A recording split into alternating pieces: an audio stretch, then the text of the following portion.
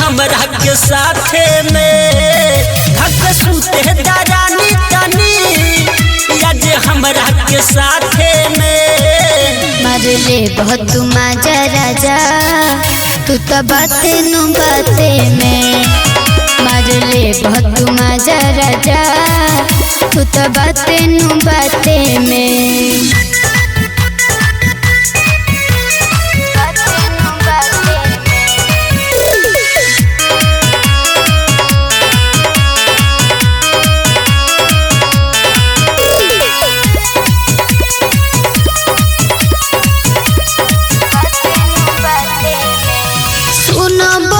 दम धरत हो ऐसे न कम अभी करत हो देखी के धन मन भकाता हो भीतरे जवानी लहकाता हो सुन बलम दम धरत हो ऐसे न कम अभी करत हो देखी के धन मन भकाता हो भीतरे जवानी लहकाता हो लगे देरी लगैबू बितैबू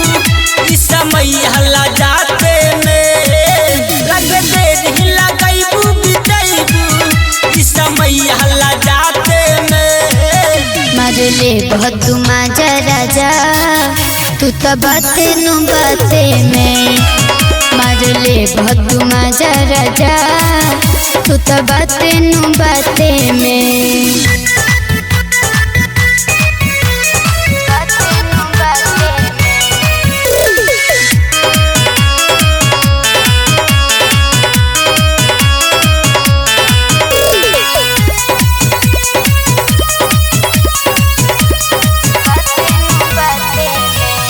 पहिले सच कच बाटे उमर नजर न डालो धीरज हमरा ऊपर सजल सवारल लागेलू झकास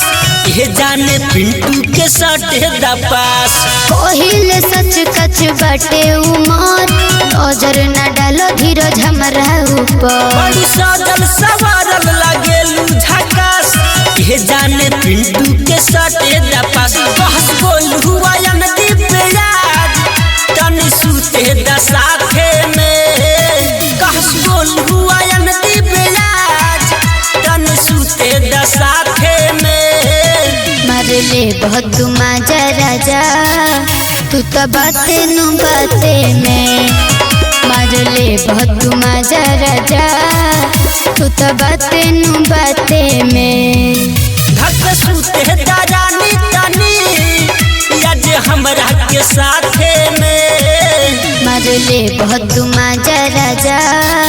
तू तो बाते नु बाते में